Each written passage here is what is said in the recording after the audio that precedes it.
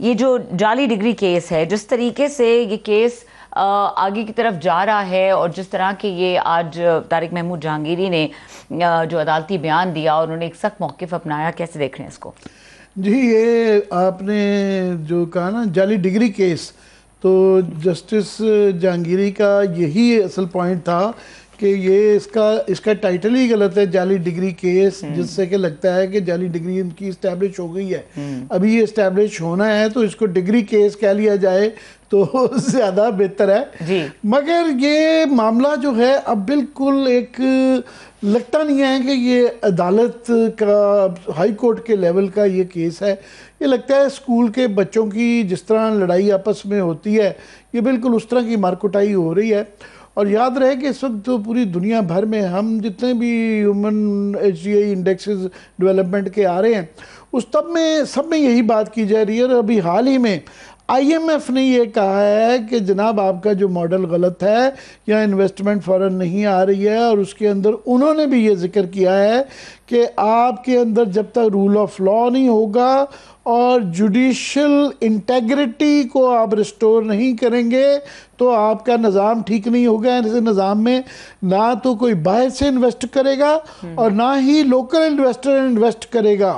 हमारा जो सबसे बड़ा क्राइसिस है, और ये केस जो है अब सबके सामने ये चल रहा है। इसकी थोड़ी सी मैं अब मेहमानों को बाद में बुला दीजिएगा, मैं तफसील थोड़ी सी बता दूं कि ये अब जस्टिस तारिक जहांगीरी के ये जो बयानात हैं कि जी ये आपने ये पंडोरास बॉक्स तो खुल गया हुआ है कि जिस तरीके से हुआ हुआ है कि उसको जिस तरीके से पुश किया जा रहा है कि एक उनका एतराज़ ये है कि जनाब ये जो चीफ जस्टिस साहब हैं, इनकी तकर्री के ऊपर तारिक जहांगीरी समेत बाकी जजेस भी जो हैं वो सुप्रीम कोर्ट में गए हुए हैं। वो ये कह रहे थे कि ये कॉन्फ्लिक्ट ऑफ इंटरेस्ट है कि आप के ऊपर हमारा एतराज़ है, आप इसके ऊपर जो है ना इसकी वो नहीं इसकी हेयरिंग नहीं कर सकते। साफ ही फिर उन्होंने कहा जी आप पर हमें एतमाद भी नहीं है, ये किसी और बेंच को लगा दें। दूसरा एक उनका एतराज़ था कि ये आपने 2 जजेस का जो बेंच बना दिया है, तो एक राइट होता है कि सिंगल बेंच से फिर इंटर कोर्ट अपील भी होती है, तो वो भी आपने मुझसे ले लिया है।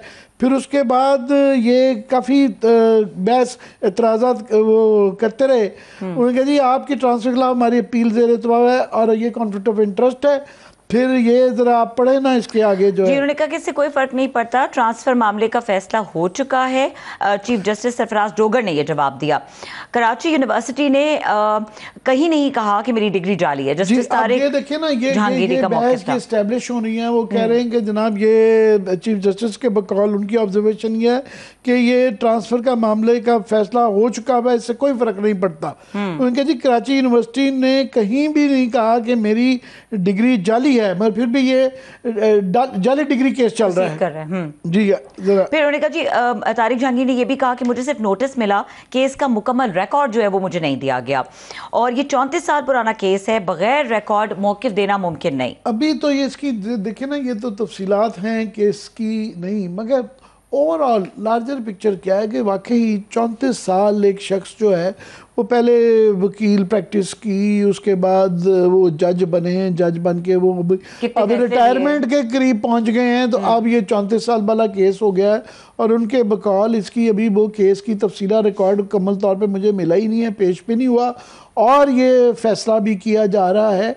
सो ये बड़ा एक अजीब सा है जिसके ओवरऑल क्योंकि सबको ये भी पता है कि ये डिग्री का केस वहाँ शुरू हुआ जब ये जजेस ने ख़त लिखा, इस्लामाबाद हाई कोर्ट के 6 जजेस ने ये ख़त लिखा कि जनाब हमें हरास किया जा रहा है और शिकायत हैं कि हमारे फ़ोन्स की बैगिंग हो रही है, हमारे रिश्तेदारों को हरास किया जा रहा है।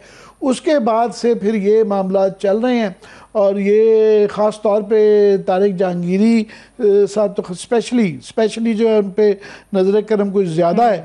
तो ये मेरा ख्याल आप गेस्ट वो बुला लें तो उनसे पूछते हैं। जी आमिर साहब जैसे ही वो आएंगे तो मैं आपको बताती हूँ, लेकिन एक जो इन्होंने बड़ी एक इम्पॉर्टेंट बात कही तारिक जहांगीर साहब ने कि ऐसा कोई प्रेसिडेंट सब कॉन्टिनेंट में मौजूद नहीं है कि इस किस्म का कोई केस बना हो।